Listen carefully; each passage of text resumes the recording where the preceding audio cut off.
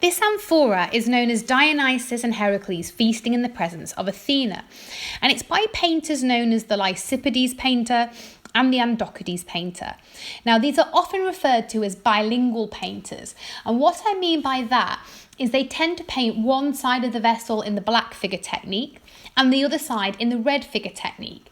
And usually it's very, very similar scenes or narratives, so that you cannot help but compare and contrast the two and see the obvious advantages of starting to paint in the newer red figure style. And that's exactly what we're going to use this vase for in a moment, to compare and contrast the two ways of painting. Now, in terms of Herakles and Dionysus, why those two? Well, they're both sons of Zeus by mortal women, so that might be the connection there. But let's see who else we can see on that vase. So I've already said we've got Athena present on both sides. She's very easily identifiable by the fact that she is wearing her helmet as the goddess of war. And then behind, we've got Hermes in his traveller's hat.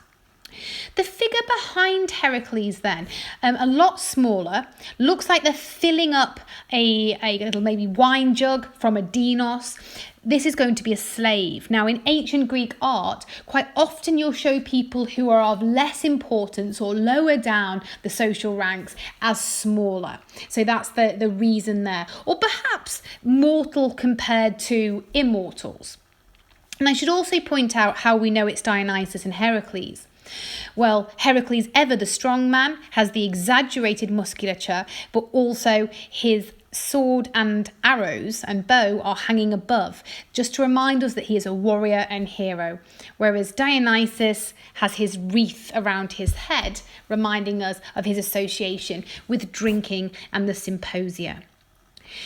Now, there are some slight variations to the scenes. For a start, Dionysus sits more upright than Herakles, and also Athena and Dionysus are further apart and more isolated in the scene, making it somewhat calmer. But on the whole, these are very, very similar scenes. And as I said, it's because we're meant to compare and contrast the techniques. So that's what we're going to do now. So to start with, one of the advantages of using the red figure technique is that the red figure against the black background is more aesthetically pleasing to the eye, so you get a spotlighted figure.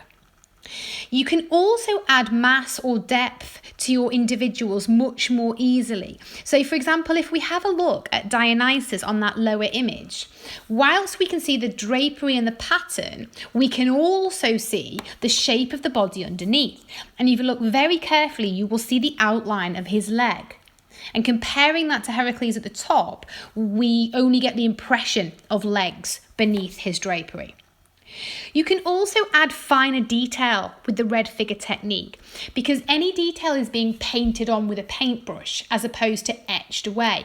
And you can vary the width of the paintbrush so that you get some finer lines and some thicker lines, whereas the etching tool just had one width. And that way we also therefore get finer detail.